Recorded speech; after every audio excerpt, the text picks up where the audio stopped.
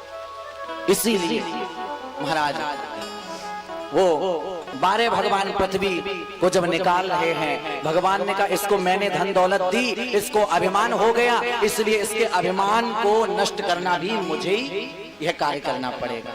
भगवान ने कहा हॉस्पिटल तैयार हो, हॉस्पिटल तैयार। बोले पेशेंट कौन है? बोले हिरणाक्ष पेशेंट होगा। बोले डॉक्टर कौन है? बोले स्वयं शुक्र भगवान डॉक्टर बनेंगे। बोले कैंची लाओ, ऑपरेशन करना है। बोले किसका ऑपरेशन करना है? बोले हिरणाक्ष के हृदय में अभिमान रूपी रोग ने जन्म ले लिया है और ठीक समय रहते अभिमान रूपी रोग का इलाज न किया गया तो अभिमान रूपी रोग इतना बढ़ेगा कि ये फिर बच नहीं पाएगा, इसलिए इलाज तुरंत करना है। पृथ्वी को छोड़ा, भगवान प्रकट होकर के बाहर आए हैं और आकर के घनघोर युद्ध हुआ है। याद रखिएगा, जो दूसरों के धन दौलत पर दृष्टि रखते हैं, एक दिन भगवान उनका सर्वनाश कर देते हैं। धन रूपी लोभी हिरणाक्ष का भगवान के द्वारा वध हो गया। बोलिए नारायण भगवान की जय, बोलिए भक्तवत्सल भगवान की जय। आज भगवान ने इसका वध किया तो पृथ्वी को अभिमान हो गया। एक का अभिमान दूर किया तो दूसरे को अभिमान आ गया। पृथ्वी क्या विचार करने लगी? पृथ्वी कहने लगी हम 2 मिनट के लिए समुद्र में गई तो भगवान को एक अवतार लेना पड़ा, मेरे कारण भगवान दौड़े दौड़े आए। और जैसे ही पृथ्वी को अभिमान हुआ, भगवान ने कहा पृथ्वी तुम्हारा भी इलाज करना जरूरी है। तो पृथ्वी को लेकर प्रभु तुरंत वृंदावन गए। कहाँ गए? वृंदावन में गए हैं। और वृंदावन में प्रभु जाकर के पहुंचे जहां श्यामरी सरकार रहते हैं, श्री राधा रानी रहती हैं। और जैसे ही पृथ्वी गई तो क्या देखा? जिस समय पृथ्वी समुद्र में गई ना, तो पूरी दुनिया जब पृथ्वी समुद्र में जाएगी तो वो भी सब समुद्र में चले जाएंगे। लेकिन जब पृथ्वी समुद्र में गई तो वृंदावन अपनी जगह पर स्थित था। पृथ्वी ने कहा ये कैसे हुआ? भगवान ने कहा सारी दुनिया तेरे हवाले पर अपना घर तुझे नहीं सौंपा, मेरा घर तू ले लेगी क्या? पृथ्वी का अभिमान चूर चूर हो गया। पृथ्वी को लगा कि बिना भगवान की मर्जी के कुछ नहीं हो सकता, उनकी मर्जी बिना पत्ता हिलता नहीं, है ना। और रब जो चाहे वही होना है, आदमी एक खिलौना है। ये तो भगवान के हाथ की कठपुतली है। कभी सोच लें कि हम धनवान हो गए, हम विद्वान हो गए, हम तो पूरी दुनिया में इंटेलिजेंट हैं, हमारा सब सम्मान करेंगे। ये उस व्यक्ति की मूर्खता है जो भगवान सम्मान देना जानते हैं, जो भगवान सब कुछ देना जानते हैं, वो अभिमान होने पर लेना भी जानते हैं। उनकी मर्जी के बिना कुछ नहीं होता। पृथ्वी का अभिमान चूर चूर किया और पुनः पृथ्वी अपनी जगह स्थापित हुई है। बोलिए पृथ्वी मैया की जय। यहाँ पर एक सूक्ति आई है, समुद्र, एक श्लोक भी है, सुबह सुबह सब गाते हैं। समुद्र वसने देवी पर्वत स्तन मंडिते, विष्णु पत्नी नमस्तुभ्यं पाद स्पर्श क्षमस्व में। हम सुबह जब उठे तो माता वसुंधरा को प्रणाम जरूर करें। क्यों? क्योंकि माँ पृथ्वी नहीं होती तो हम रहते कहाँ। इसीलिए हम जब सुबह सुबह पहला चरण रखें पृथ्वी पर तो माँ पृथ्वी से एक बार कहें, हे माँ मैं अपराध कर रहा हूँ, आपके ऊपर चरण रख रहा हूँ, इसलिए मुझे माफ कर दो, मैं आपका बेटा होकर गलती कर रहा हूँ। ऐसी प्रार्थना जरूर करें। बोलिए पृथ्वी मैया की जय, बोलिए भक्तवत्सल भगवान की जय। आगे एक बड़ी सुंदर सी कथा आती है। कहते हैं एक ऋषि हुए जिनका नाम है करदम। क्या नाम है? करदम। और कहते हैं महाराज जो करदम जी है ना, इन्होंने मन में संकल्प किया कि मैं जंगल में जाकर भगवान की भक्ति करूंगा, जंगल में जाकर भगवान की भक्ति करूंगा, मैं विवाह नहीं करूंगा। और करदम जी यही भाव लेकर के जंगल गए, वहां जाकर के तपस्या करने लगे। और जब तपस्या की तो क्या देखा? एक घोंसला है, उस घोंसले में एक छोटा सा पंछी बैठा हुआ है और एक चिड़िया उड़ उड़ के दाना लाती, छोटे से पंछी को खिलाती जो उड़ नहीं पाता है, और फिर वो चिड़िया उड़ जाती। करदम जी विचार करने लगे, मैं यहाँ कहाँ बाबा जी बनने आ गया, इसका जीवन कितना अच्छा है, इसने एक बच्चे को जन्म दिया, इसको बच्चे से प्यार है, देखो कितने दूर से दाना चुन चुन कर ला रही। फिर विचार आया कि एक दिन जब ये पंछी बड़ा होगा तो क्या पता ये अपनी माता को खिलाएगा कि नहीं खिलाएगा। अब यहाँ पे दोनों उपस्थिति उत्पन्न हो रही। एक तो करदम जी का मन कर रहा मैं विवाह कर लूं, संसार बसा लूं, और दूसरा मन कर रहा कि महाराज हम विवाह करेंगे तो पता नहीं जो संतान आएगी वो बुढ़ापे में सहारा बनेगी कि नहीं बनेगी। दोनों बातें। और वास्तव में यही संसार है। जो बाप बेटे की आकांक्षा रखता है, एक दिन वही बेटा अपने बाप को छोड़कर चला जाता है, कोई किसी का नहीं है। जिस बेटे से अनेक आकांक्षाएं पिता रखता है, वो बेटा जब कुपुत्र होता तो पिता की सारी आकांक्षाओं पर पानी फेर देता है। शांति से सभी बैठिए, एक बार जोर से बोलिए राधे राधे। करदम जी विचार करने लगे क्या करें क्या ना करें। तब जाकर के महाराज विचार किया मैं तपस्या करूंगा और भगवान जब प्रकट होंगे तो वरदान मांगूंगा मुझे सुंदर पत्नी मिल जाए। आया था भजन करने और अब मन बना लिया कि विवाह करना है और तपस्या की। और जब तपस्या की तो हरि भगवान प्रकट हो गए।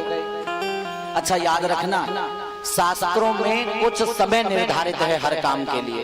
विवाह के लिए एक संत ने बड़ी सुंदर बात कही, ओ विवाह की चाह उठे मन में, विवाह की चाह उठे मन में, तो 10, 15, 20, 25 लो कीजे और 30 भये। 30 तक सीमित है और 30 क्रॉस किया नहीं कि 30 भये तन ईस भजे, 30 भये तन ईस भजे और 40, 50 बने कऊ न सोचे। और जब 50 वर्ष पे क्या हो, काम विकार उठे मन में, ज्ञान के प्रकाश से हृदय धर लीजे। और 60 बरस पे जब जी ललचाए, उतार के ज्योति चांद पे दे। जब 60 वर्ष का बुढ़ा भी कहे ना एक और आ जाती, तो महाराज वो खड़ाऊ लेकर बुद्धि में मारना खींच के, रे बुद्धि अब तुझे भगवान का भजन करना चाहिए था, तू सोच रहा है बैठा बैठा एक और हो जाती। हाँ जी, समय निर्धारित है 30 तक विवाह हो जाए। और आजकल तो महाराज 35 का हो गया तब कभी विवाह हुआ, और जब 50 का हुआ तब बेटा 10 साल का, और जब तक बुढ़ापा आया तब तक महाराज बच्चा कुछ कर ही नहीं पाया, पिताजी चले गए। इसलिए विवाह का समय निर्धारित है। तपस्या की विवाह के लिए भगवान हरि प्रकट हो गए। कहा परम ब्रूही वरदान मांग लो। तब मुस्कुराकर हाथ जोड़ करके महाराज करदम जी ने कहा, सो तुम जाना हो अंतर जामे, सो तुम जाना हो अंतर जामे, पूर्वहु मोर मनोरथ स्वामी, पूर्वहु मोर मनोरथ स्वामी, सो तुम जाना हो अंतर जामे, सो तुम जाना हो अंतर जामे। प्रभु आप तो भक्तों के हृदय के भाव को जानने वाले हैं। मैं क्या चाहता हूँ आपको पता है, जो चाहता हूँ वही दे दो ना। भगवान ने कहा देखो, अंदर इच्छा है विवाह हो जाए, बाहर से इच्छा है कि भक्ति मिल जाए। तो महाराज करदम जी, जब तक तुम्हारा विवाह नहीं होगा तब तक तुम्हें भक्ति नहीं मिल सकती। इसीलिए मैं तुमसे कहकर जा रहा हूं कि जो मनु जी की बेटी है, कौन, देवहूति है ना, 3 बेटियां हैं मनु जी की, आकृति, देवहूति, प्रसूति। तो जो बीच की देवहूति है, इनके साथ तुम्हारा पहले विवाह होगा और उसके बाद में फिर महाराज तुम्हारे घर भक्ति चल के आएगी। अब महाराज कश्यप जी ने एक प्रार्थना करी, प्रभु विवाह एक ही शर्त पे करेंगे जब बेटा बन के आ पाएंगे, मेरे घर बेटा बन के आ पाओ। भगवान ने कहा जाओ दिया, मैं आऊंगा बेटा बन के। शादी तय हो गई, दूल्हे ने दुल्हन नहीं देखी, दुल्हन ने दूल्हा नहीं देखा, लेकिन शादी हुई जो देवताओं की वो आज भी चल रही है। और आजकल दूल्हा दुल्हन को देखता, 6-6 महीने कॉल पे बात होती, और बाद में after 6 month divorce, I want to divorce, मुझे डिवोर्स चाहिए। व्हाट, व्हाई, ऐसा क्यों? Because you are characterless. जब हम चरित्र से हीन हो जाते हैं तब ही समाज में ऐसे कदम उठाने पड़ते हैं। इसलिए डियर, चरित्र ना गिरे सब चला जाए, चरित्रवान बने। याद रखिए, आजकल का लड़का जब दुल्हन देखने जाता तो पता कैसे जाता है? दुल्हन बेचारी आई गांव की, वो गिलास लेकर के शर्माती हुई थोड़ा, और दूल्हा मॉडर्न टाइप बैठा अकड़ के, थोड़ी बड़ी इंग्लिश पढ़ी थी उसने। What is your name, under what nomination do you go, why your good name please. वो भी बेचारी गांव की पढ़ी, धीरे से बोली, डरते डराते। अच्छा, उसको पता चल गया शायद मेरा नाम ही पूछ रहा है, बता दिया। पानी का गिलास जैसे आगे बढ़ाया ना, उसने फटाक से क्वेश्चन पुटअप किया। बोले, क्या तुमको भोजन बनाना आता है? बोले बिल्कुल आता है। अच्छा, भोजन बना लेती हूँ, हमें संगीत से बड़ा प्यार है। बोली जी, भाव बताओ अपना। बोले हम ये चाहते हैं कि तुम ये बताओ, क्या हारमोनियम बजा लेती हो? हारमोनियम बजा लेती हो? जैसे ही पूछा ना तो महाराज वो बोली, हम तो हारमोनियम नहीं बजा पाते, लेकिन आप बताओ ना, क्या तबला बजा लेते हो? उसने सोचा कि वो तो गांव की है, वो क्या जाने। याद रखिए, तुम जितने चालाक हो तुमसे ज्यादा कहीं दुनिया में पड़े हुए हैं। और जैसे ही उसने कहा हमें तबला बजाना आता ही नहीं, सो तेज से बोली, चल निकल ले, 9 तो 11 हो ले यहाँ से। जब हम हारमोनियम बजाएंगे, तुझे तबला बजाना आता नहीं, तबला बजाने के तेरा बाप आएगा यहाँ। तुम जितने चालाक बनते हो ना, उससे ज्यादा दुनिया में चालाक पड़े हैं। इसलिए किसी की पुत्री को देखने जाओ ना, तो ऐसा कुछ मत करो जिससे कि उसको नीचा देखना पड़े समाज में, है ना। थोड़े से पढ़ गए तो किसी की बेइज्जती करने लगे, हैं? उसको नीचा दिखा दिया। I am not qualified. What, हम चरित्रवान हैं, हम संस्कारित हैं, भले ही पढ़े लिखे ना हो। और पढ़ लिख गए और संस्कार नहीं तो कुछ नहीं हम, और पढ़े लिखे नहीं यदि संस्कार हैं तो सब कुछ हम हैं। इसीलिए किसी की बेटी देखने जाएं तो कभी भी समाज में उसको नीचा ना दिखाएं।